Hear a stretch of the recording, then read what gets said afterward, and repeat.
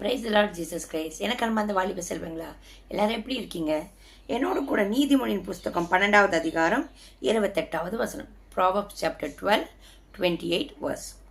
நீதியின் பாதையில் ஜீவன் உண்டு, அந்த பாதையில் மரணம் இல்லை. ஆமீன். நீதியின் பாதைனா என்னன்னாக்க தேவனை கனம் பண்ணுகிற வாழ்க்கை, தேவனாமும் மகிமைப்படும்படியாக, தேவனுக்கு பிரியமாகபடி, தேவன் ராஜாதி ராஜாவா கர்த்தாதி கர்த்தரா இருக்கார் இல்லையா? ஸோ அவரோட ஆளுகைக்குள்ள அந்த ராஜா விதிக்கிற அந்த கமாண்ட்மெண்ட்ஸை கேட்டு கீழ்ப்படிந்து தேவ சித்தத்தை செய்கிற தேவன் உங்களை நீதிமானமாக்கியிருக்காரு இல்லையா?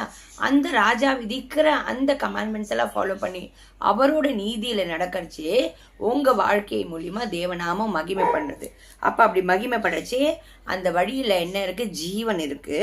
அந்த பாதையில் மரணம் இல்லை. மரணங்கிறது நம்ம ஃபிசிக்கல் டெத்து இல்லை இந்த இடத்துல குறிக்கிறது, இந்த இடத்துல ஸ்பிரிச்சுவல் டெத்து பற்றி. அப்போ இந்த இடத்துல ஸ்பிரிச்சுவலாக நீங்கள் நித்திய ஜீவன் அடையும்படி வாழணும்னா ஏசப்பா சொல்கிற கட்டளைகளை கேட்டு கீழ்ப்படியணும். அவர் ராஜாதி ராஜாவாக இருந்து நம்ம எல்லாருக்கும் ஒரு கட்டளை விதித்திருக்காரு. இந்த கவர்மெண்ட், இந்த நம்ம கவர்மெண்ட் சொல்கிற ரூல்ஸ் அண்ட் ரெகுலேஷன் நம்ம ஃபாலோ பண்ணால் தான் இந்த தேசத்தில் இருக்க முடியும்.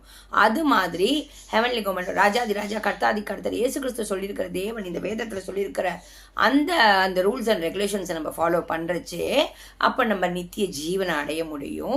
அந்த இடத்துல மரணம் வராதுன்னு.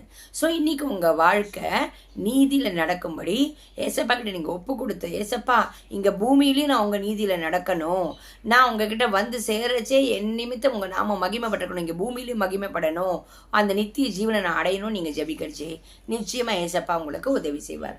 ஆமீன். மறக்காதீங்க, நம்ம ஹெவன்லி கிங் யாரு? இங்கே நம்ம எப்போவுமே நேற்று மீண்டும் என்று மாறாத தேவன் கர்த்தராகிய இயேசு கிறிஸ்து.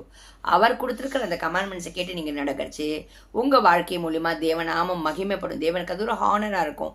அப்போ அந்த ஹானரில் எங்கே நீங்கள் நீதிமன்றங்களாக நடக்கிறீங்க, அந்த நீங்கள் நடக்கிற வழியில் மரணம் வராது, அது நித்திய ஜீவனில் கொண்டு போய் சேர்க்கும். ஆமீன்.